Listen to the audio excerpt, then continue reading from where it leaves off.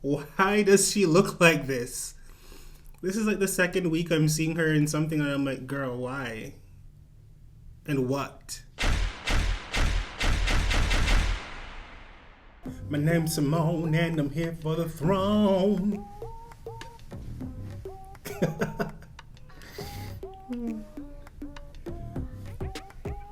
Probably not as good as Bob, but cute enough. Season 13, episode 5. Before we get started, please click that subscribe button and that notification bell so you can be notified when I post a new video. It just sucks because I know every single girl is now looking at me as a bottom bitch. I want these girls' respect almost as much as I want to win this competition. I never really understand why people are so caught up with the respect of their peers, to be honest. It's a competition, and for me, when I'm competing, the only thing I care about is impressing those that are judging me to give me that check at the end of the day. I really don't care if anyone else in the room that I'm competing against thinks I'm the bee's knees or thinks I'm trash. I really appreciate Elliot's response in the workroom when Candy's going off like, I thought you should have been in the bottom, because it doesn't matter if it's your taste of the week. The judges didn't have a problem with me and they didn't put me in the bottom, so I'm here. Deal with it. However, Elliot, in the confessional, you could have done without the peasants comment. You didn't need to say that. Before I get into Candy going off about who her biggest competition in the room is, can we just take a moment to appreciate Simone's wig? Like, take a moment to appreciate that blended lace front wig that is cornrowed all the way to the back. Like, that's really dope. That's dope. I'm sorry. I'm just like so in awe of everything Simone does. It's not half-assed. She could have literally walked out on that stage with that do-rag on her bald head, and no one would have known and no one would have cared. But she had a whole wig underneath. Cornrowed, sister. Yo, badass. Now, this little thing going on between my good Judy, Tamisha Iman, and my other good Judy, Candy Muse, is, I hate to see them fight, but it's so entertaining, isn't it? If y'all feel that that is shade to y'all, saying that y'all not big competition, maybe that's on y'all. This is my competition right now. Remember you said that. This is going to be the fight of the season. If this continues, it's going to be a Bob versus Derek Barry straight to the end. All right, I see two sides of the coin. You saying who you consider competition to you personally is your prerogative. You probably don't see anybody else in the room as anything close to what you are. And you saying that out loud, being someone else in the room that you don't find to be a competition or whatever, I might feel like, so you're trying to discount my entire artistry. You're trying to say that you are so much better than me, along with this person you think is competition that I'm not even on your radar. It's kind of like rude. It's kind of that thing when someone says like, I'll beat up everybody in this room, when they're mad and everybody in the room is looking at them like, who you gonna touch? Who you gonna check, boo? Like, Candy could have kept that to herself. That's it. I see both sides, but I can see where everyone else in the room is like, excuse me? But Tamisha was the only one to like really pop off and say, I think the not. This week's Maxi Challenge is going to be a bag ball. They have to serve 3 looks. This is the ultimate Bob the Drag Queen fantasy runway extravaganza.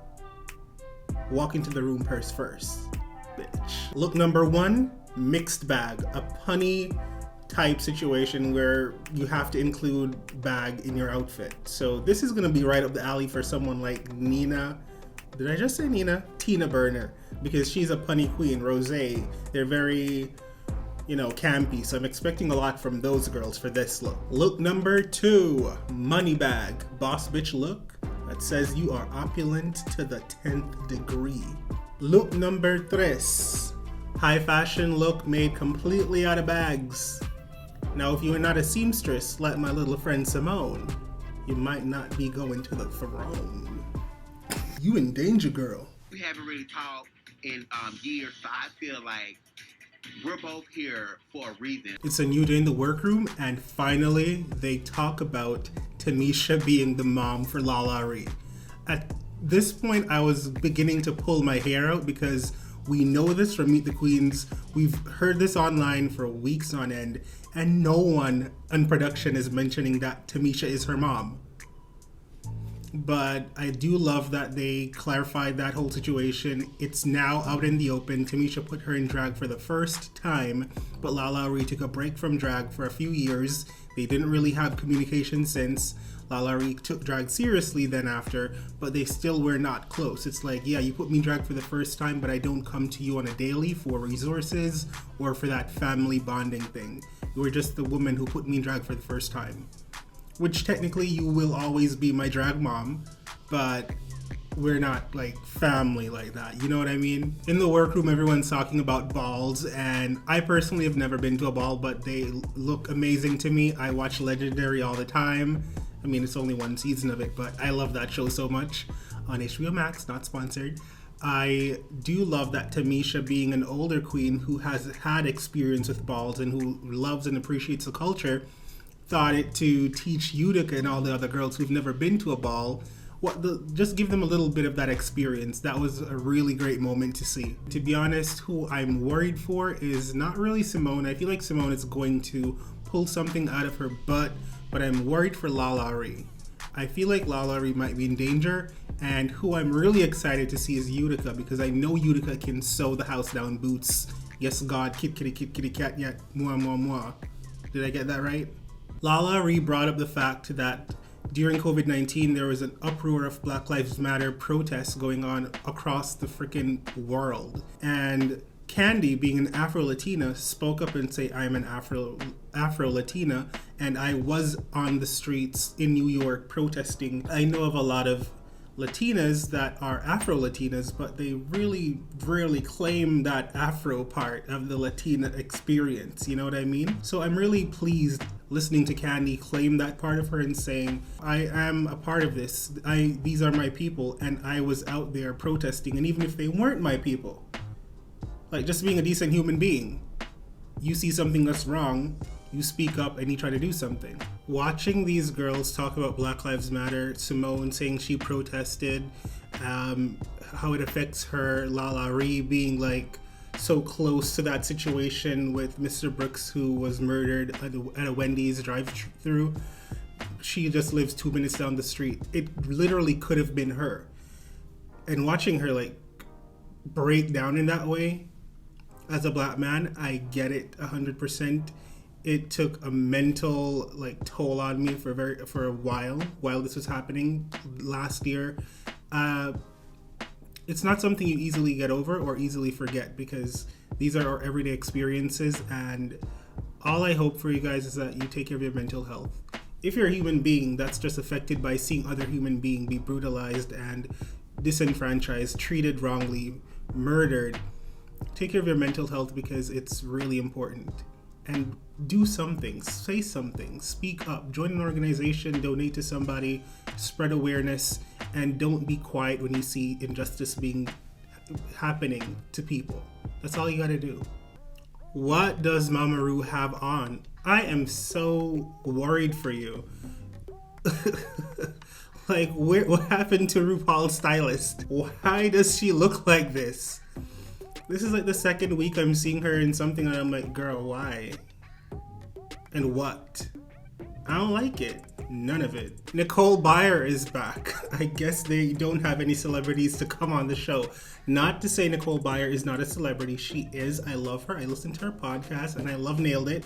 I'm saying this is the second time for the same season she's been on the show. So it feels like because it was shot in COVID and they didn't have access to a lot of different people, they're like, hey girl, you live down the street. You want to come here every 2 weeks? 36 looks on the runway. We're gonna have to like do a speed round or something, because this is insane. Denali giving airbag. I love this. This is so creative and fun. It is just really great. It looks like a little robot. I'm here for it. I like this Cruella de Vil. This Cruella de Vil is done right. It's done modern and fashionable, and it doesn't look, cheap or costumey. I'm here for it. I'm here for this. I'm really here for this. I love the Mexican theme that is going on. I get the reference. You have a thing on your face. The makeup is giving. You didn't have to paint your face. You used like embellishments from the bags to give that effect. That was really cute. I will say I wish the dress hit the floor. So if you could have found another fabric that could have been close to the floral theme, that would hit the floor, even if it's not floral, like something else to just make it longer. I would have loved it more. It would have given the dress more drama. But it's good. It's not bad. Joey J giving us IV bag. And I must say, this is the prettiest I've ever seen Joey J look on the entire show. Joey J looks incredible tonight. I'm here for it. I'm really shocked though. You're not wearing a wig again. You look fine. You don't look stunning. You just look fine. I hate the hair. I'm not a fan of the makeup. And there's so much going on that you just look swallowed. You are shorter queen.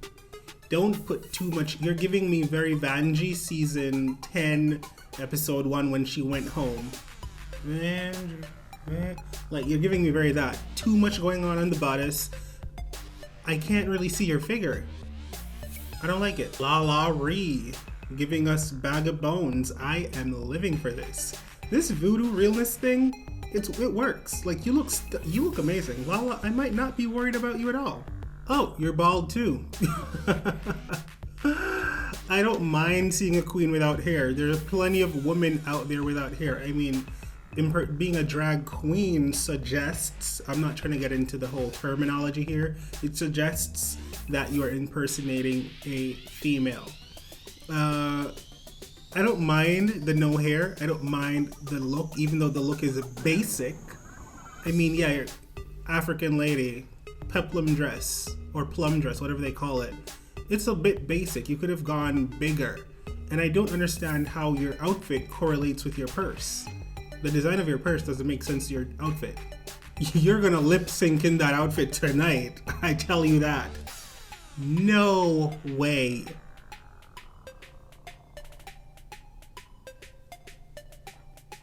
Why would you come on the runway looking like that? If I was in the workroom doing it and I ran out of bags, out of the scrapped all of that and been like, girls, is there any bags you guys have left over? Anything you're not using, throw it in the middle of the room.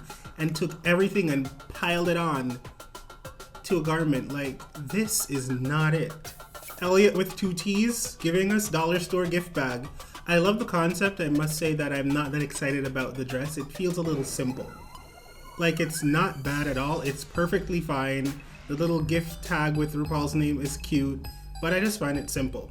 I like this power suit. Normally the shoulders go up, but this one just went out. I'm here for it. It looks great. I'm not loving the wig, but I do like the outfit. While I hate your hair, hate it. The hair is just crazy. It's tweezed all the way out. Like, it's a little weird, but your outfit is stunning. Like, you can work.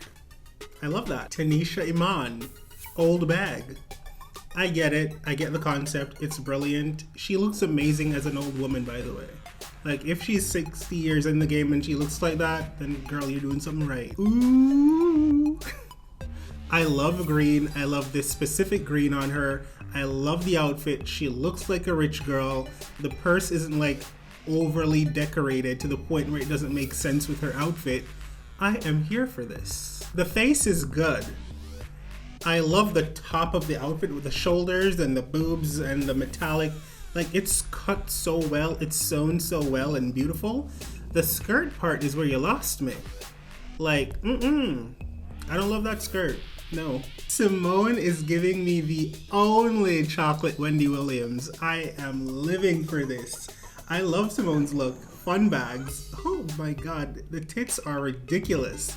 It's such a good look. The concept is great. I love this. Rue said Miss Patti LaPelle, and I agree. That was so funny. Like, I couldn't stop laughing. This is such a good look. This is so good. And I love that the bag didn't match the color of the outfit. It's like, why is everybody so matchy-matchy? Like, she looks good. Red hair, all coiffed and laid. That pink outfit. Are you kidding me? Icon. Fashion icon. She sold this look with just the way how she... You know, she sold the look. Her hair was in character. The shades were good. The skirt was jonky, wonky, funky, but she sold it to me. I'm buying it. Olivia Lux serving punch bags. All right. This is pretty much the same thing that Simone did week 2. Now I'm gonna have to compare the two because Simone did a look exactly like this weeks before you. I'm gonna say that I like this. It's in pink. It's pretty. I love the concept. I love the hair. It's just so similar to what another queen did before that I'm just like, all right, that's it. It's not bad. It's just like I've seen it on Drag Race this season. I love your face. Your makeup is always done right. The hair is a little weird for me. The cape I could have done without. And you chose capris on your tiny short legs? Why? Capris are not for everybody. And in this look, it didn't make the look feel elevated at all. Like, you might be in the top. I'm loving this. You chose such a great bag to use. I mean, I know everyone had to like grab at whatever they could, but the ones you got, like, they work perfectly for this illusion you're giving. You look expensive and no one could tell that you were made, this outfit was made from bags. Giving us body bag. I love the concept. It's smart and it looks really great. Now that's how you do a suit with ruffles. Yeah, that's the bomb. That's hot. That could go down frickin' Rodeo Drive to go shop in Louis Vuitton and people would be like, girl, what are you wearing? Who are you wearing? I want that. That could go on the street tomorrow. That is not just a Drag Race. I'm in love with this. You could go into any party and look fly wearing that outside of this show.